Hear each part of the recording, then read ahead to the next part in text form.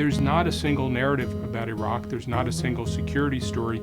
You can't even talk about Iraq, really, because the fact is that people can't move around. Things are different from place to place. Things are different depending on who you are and where you are and when you are. And with all those things, it's total chaos. You look back over the history of what's happened with Iraq and going into Iraq and things that Vice President Cheney has said at various points in time, and you contrast that to what people at the CIA were saying at various periods of time, you can see huge dichotomies there.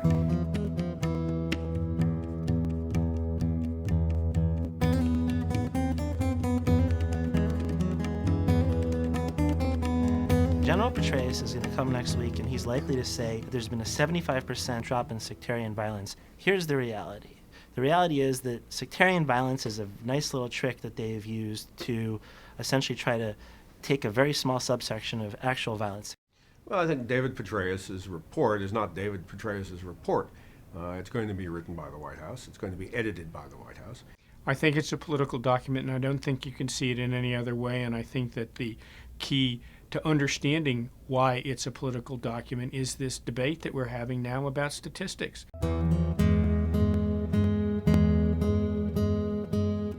If you get shot from in front, in the head, that's considered crime or murder. If you get shot from in the back of the head, that's considered sectarian violence. So they're using all these things to essentially play with the numbers. We actually have no idea how many Iraqis have been killed.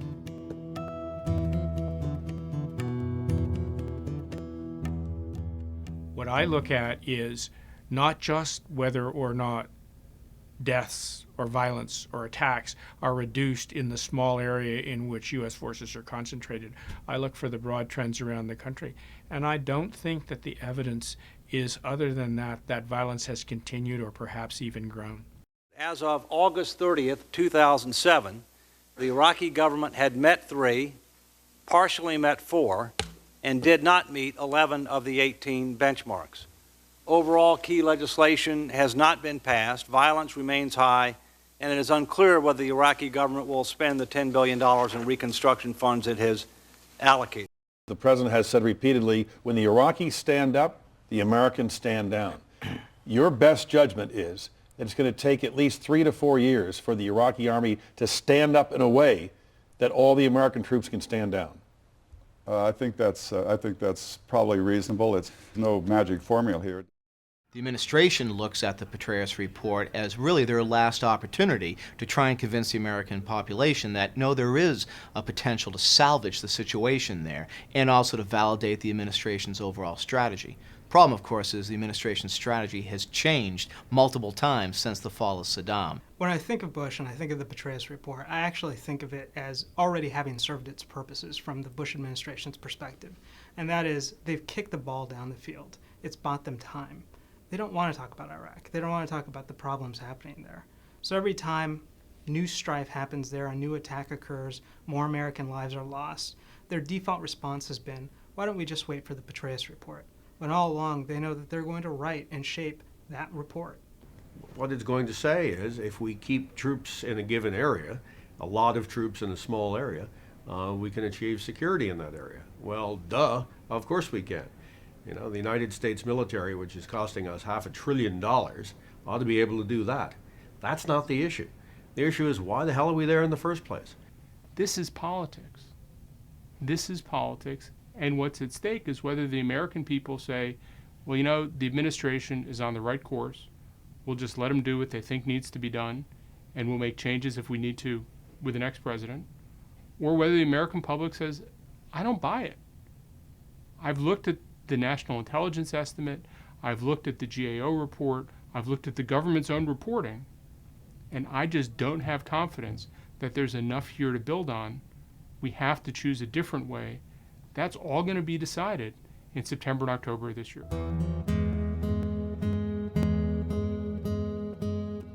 We may see some improvements in some limited areas because our troops do a fantastic job wherever they are. Those are not improvements that are sustainable over any period of time without having a political solution in place. Having a large number of troops in Iraq in some ways hinders the political process there.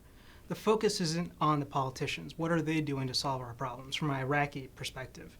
It's actually on our troops. Our ambassador, Ryan Crocker, admitted in a moment of frankness in a Senate hearing that we were buying time for the Iraqis to do these political things, buying time with the lives of our troops. I don't think the lives of our troops are what we need to be spending here. The lives of our troops are far too important to be wasting them for the Iraqis' political reconciliation. At the level of 130,000, assuming that all of the surge troops are withdrawn, we will basically continue to stretch and strain and break our military and the equipment that they are using until we have a force that is not just a hollow army or a hollow Marine Corps, but is unable to defend the United States over the long term. So if something were to happen in North Korea, if something were to happen in Darfur, if something were to happen anywhere in the world, we would be stretched so thin and we would be hard-pressed to get anybody else to help us to deal with those problems.